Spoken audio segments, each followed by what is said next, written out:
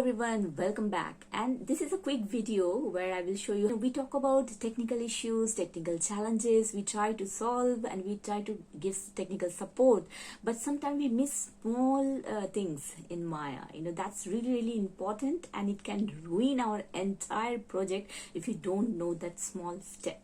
So today this video especially for this purpose, a quick video, how to use your reference image correct way in Maya, how to implement, how to import. Okay, so let's get started. Okay, so let's go to your browser first and then start searching for your favorite character that you want to model. Let's search for boss baby character. Go to image and you can see plenty of options, but we need to find a side face and a front face. That's because we don't need left and right face, because our character is symmetrical.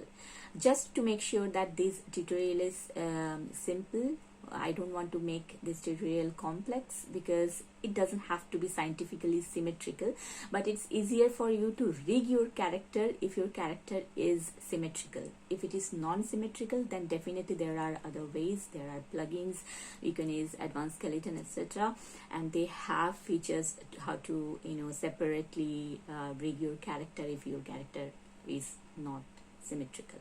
I'm just trying my best to give you a quick tips, easiest way, so that you can understand and you can complete your task in a limited time. And let's not make it complex. I've searched boss baby in a T pose, because that's the pose generally we create when you create 3D model. So you can find any, see this one, I think this one is nice. So we need a front face in T pose. I know that this is not exact T pose because hands are a little stretched in front, but we can use this and we can imagine our hands in a straight line like that. Okay, and for side face I couldn't find. You can invest a little more time and you can definitely find your perfect reference image. Okay, but I found this one, but just make sure that both the reference images are a little bit similar, so that here the chin is little up because he's looking up. But if you are creative person, if you know how to modify your images, you can just retouch and modify images so that they are looking almost same, so that it won't be interrupting your 3D modeling procedure.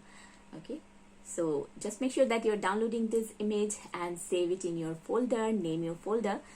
Now let's open your Maya. Once you're downloaded your files, open Maya, and I'm going to use my own illustration of character. That if you miss my previous video, because in previous video I have shown how to create your own character in Adobe Illustrator. So let's jump into Maya, and we have to make sure that we set our project. Okay, so let's set our project so that we can access our files easily. Let's go to my computer, and my files are in D drive, so I'll go to D drive. This is my folder. I'll just click and set my project and just create default workspace, and then go to file and project window and accept all these created default project windows so that you can access your file. This is really important step, and it gives us a quick access to our folder where we are working on, where we saved our imported files. It's always a good habit to do that before we start working on any project. As we are ready now, let's go to two panel layout. I just make sure that this one panel is facing front and one panel is facing side view. So because we don't need other views, we will work on front and side view. This is front. Go to panel and make sure this is side. So we have front and side view. We missed one step. We did not save our file yet. So this is really important, guys, because Maya is really a heavy software, so it acts really funny sometimes, it gets hanged, it crashes sometimes. So it's really important that you save your file frequently. Image plane. Okay, I'll just make sure naming conventions are really important. Just make sure that you are naming your file in your proper name so that you can find it later.